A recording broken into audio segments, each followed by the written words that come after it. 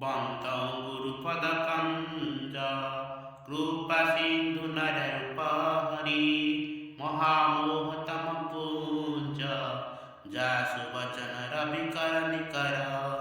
ଯେଉଁ ଗୁରୁଦେବ ହେଉଛନ୍ତି କୃପାର ସିନ୍ଧୁ ତଥା ନରରୂପଧାରୀ ଶ୍ରୀହରି ଏବଂ ଯାହାଙ୍କର ବଚନ ମହାମୋହ ରୂପୀ ଘନ ଅନ୍ଧକାରକୁ ନାଶ କରିଦେବାର ସୂର୍ଯ୍ୟକିରଣ ସ୍ୱରୂପ, ମୁଁ ସେହି ଗୁରୁଦେବଙ୍କ ଚରଣ କମଳକୁ ବନ୍ଦନା କରୁଛି। ମନ୍ଦ ଗୁରୁପଦ ପଦ୍ମ ପରାଗା ସୁରୁଚି ସୁବାସ ରସ ଅନୁରାଗା ଅମିୟ ମୁରିମୟ ଚୂରଣ ଚାରୁ ସମନ ସକଲ ଭව ରୁଜ ପରିବାରୁ। ଶ୍ରୀରାମ ଜୟ ରାମ ଜୟ ଜୟ ରାମ ଶ୍ରୀରାମ ଜୟ ରାମ ଜୟ ଜୟ ରାମ। ଗୁରୁଦେବଙ୍କ ପାଦ ପଦ୍ମରେ ଯେଉଁ ରେଣୁ ସୁରୁଚି ସ୍ୱାଦିଷ୍ଟ ସୁଗନ୍ଧମୟ ଓ ଅନୁରାଗ ରୂପୀ ରସରେ ପୂର୍ଣ୍ଣ ଏବଂ ଯାହା ଅମରମୂଳ ସଞ୍ଜୀବନୀ ବୁଟିର ସୁନ୍ଦର ଚୂର୍ଣ୍ଣ ଓ ସକଳ ଭବରୋଗର ବିନାଶକ, ମୁଁ ସେହି ଚରଣରେଣୁକୁ ବନ୍ଦନା କରୁଛି।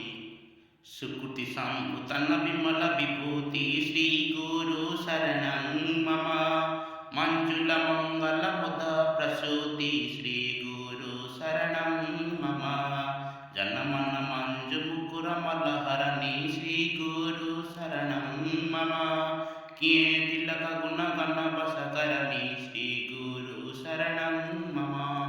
ସେହି ରେଣୁ ହେଉଛି ସୁକୃତି ପୁଣ୍ୟବାନ ପୁରୁଷ ରୂପୀ ଶିବଙ୍କ ଅଙ୍ଗର ନିର୍ମଳ ବିଭୂତି।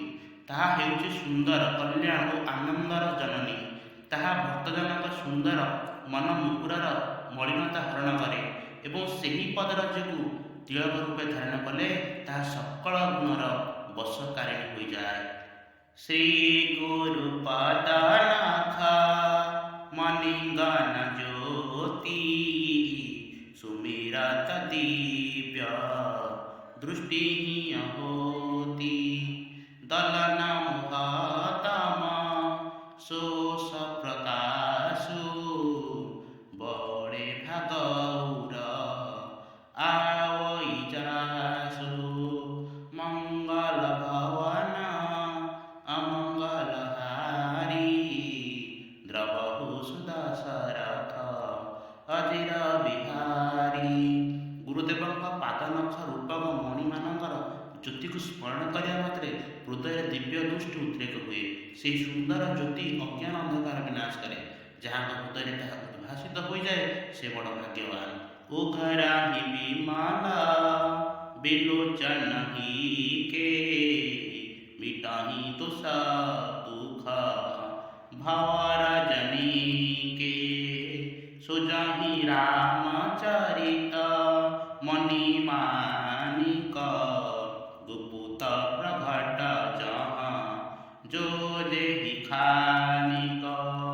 ସେହି ଜ୍ୟୋତି ହୃଦୟରେ ଉଦିତ ହେବା କ୍ଷଣି ହୃଦୟରେ ନିର୍ମଳ ନୟନ ଖୋଲିଯାଏ ତଥା ସଂସାର ରୂପୀ ରାତ୍ରିର ଦୋଷ ଓ ଦୁଃଖ ଦୂର ହୋଇଯାଏ ଏବଂ ଶ୍ରୀରାମଚରିତ ରୂପୀ ମଣି ଓ ମାଣିକ୍ୟ ଯେକୌଣସି ଖଣିରେ ଗୁପ୍ତ ହୋଇ କିମ୍ବା ପ୍ରକାଶରେ ରହିଥାଉ ନା କାହିଁକି ତାହା ସ୍ପଷ୍ଟ ହୋଇଯାଏ।